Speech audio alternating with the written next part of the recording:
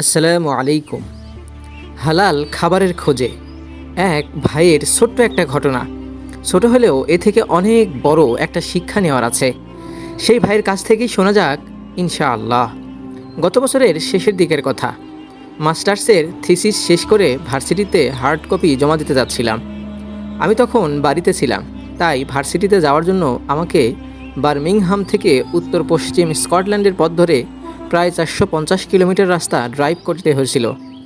ইউকেতে এটা অনেক দূরের পথের যাত্রা।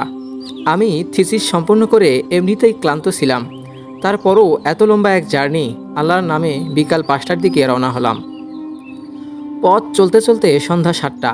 আমার প্রচণ্ড ক্ষুধা পেয়ে যায়, কিন্তু এই রাস্তায় হালাল খাবারের হোটেল পাওয়া প্রায় অসম্ভব। এদিকে ক্ষুধায় পেট জ্বলে যাচ্ছিল, ওদিকে মাত্রা অতিরিক্ত দাম দিয়ে সেখানকার স্যান্ডউইচ খেতেও ইচ্ছা করছিল না। আমি আমার দুলাভাইকে ফোন করলাম, জিজ্ঞেস করলাম এই রাস্তায় হালাল কাবাব পাওয়া যাবে কিনা। উনি খোঁজখবর নিয়ে আমাকে জানালেন, প্রিস্টনে রাস্তার পাশে এক বড় মুসলিম কমিউনিটি আছে, সামনের রাস্তা ধরে এগিয়ে গেলেই হালাল কিছু পাওয়া যাবে ইনশাআল্লাহ। দুলাভাইয়ের কথা শুনে প্রিস্টনের পথে ড্রাইভ করা শুরু করে দিলাম। কিন্তু আরেক সমস্যা হলো, প্রিস্টন শহরটা অনেক বড়।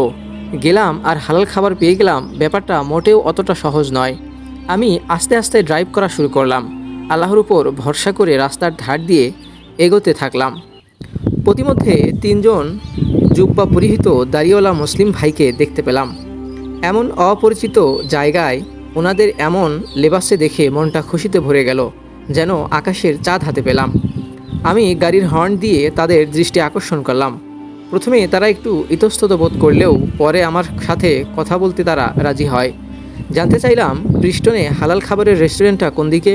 কেউ একজন বলল, ঈশা রক্ত হয়ে গেছে, চলুন সবাই মিলে আগে সালাত আদায় করে নেই, আগে সবাই একসাথে সালাত আদায় করব, তারপর হালাল খাবারের সন্ধানে বের হব ইনশাআল্লাহ। তারা আমার গাড়িতে করে মসজিদ পর্যন্ত যাওয়ার জন্য অনুরোধ করলো। আমি যাব কি যাব না এরকম ভাবছিলাম। একদম অপরিচিত 3জন মানুষ, চিনি না কাউকেই, কিন্তু তাদের চলনবলন ছিল মুগ্ধ করার মতো। আমি বললাম, ঠিক আছে, গাড়িতে উঠে পড়ুন। সবাইকে নিয়ে চললাম মসজিদের দিকে। সন্ধ্যা 7:55 থেকে 8টা এই সময়ের মধ্যেই চলে গেলাম। একদম সঠিক সময়েই মসজিদে পৌঁছলাম আমরা। সালাত যদিও শুরু হয়ে গিয়েছিল, তবুও ঠিকমতো ধরতে পেরেছিলাম। সালাত শেষে তাদের মধ্যে থেকে একজন আর আমি খাবারের উদ্দেশ্যে রওনা হলাম। একটা ভালো রেস্টুরেন্ট পেয়ে গেলাম। সে আমার জন্য খাবার অর্ডার করলো। পকেটে হাত দিয়ে দেখি একটা কানাকড়িও নাই। আমি বুথের দিকে দৌড়ালাম ক্যাশের জন্য। এসে দেখি সে আমার বিল পরিশোধ করে দিয়েছে। সে তখন বলছিল, ভাই, আমরা যখন রাস্তার পাশ দিয়ে হাঁটছিলাম, আপনি গাড়ির হর্ন দিয়ে আমাদেরকে খাবারের কথা জিজ্ঞেস করছিলেন। তার একটু আগেই আমি আল্লাহর কাছে দোয়া করছিলাম যেন তিনি আমাদেরকে সময় মতো মসজিদে গিয়ে সালাত আদায় করার ব্যবস্থা করে দেন। আমার তখন মনে পড়লো তারা পায়ে হেঁটে মসজিদের দিকে যাচ্ছিল। হিসাব মতে তারা যদি পায়ে হেঁটে মসজিদে যেত ততক্ষণে সালাত শেষ হয়ে যেত। মোটামুটি 15-20 মিনিটের পথ পায়ে হাঁটার পর ছিল সেই মসজিদটা, অথচ গাড়িতে করে তারা 5 মিনিটেই পৌঁছে গেল, আবার সালাতেও সামিল হলো। এখানে মিরাকেলটা কী হলো জানেন?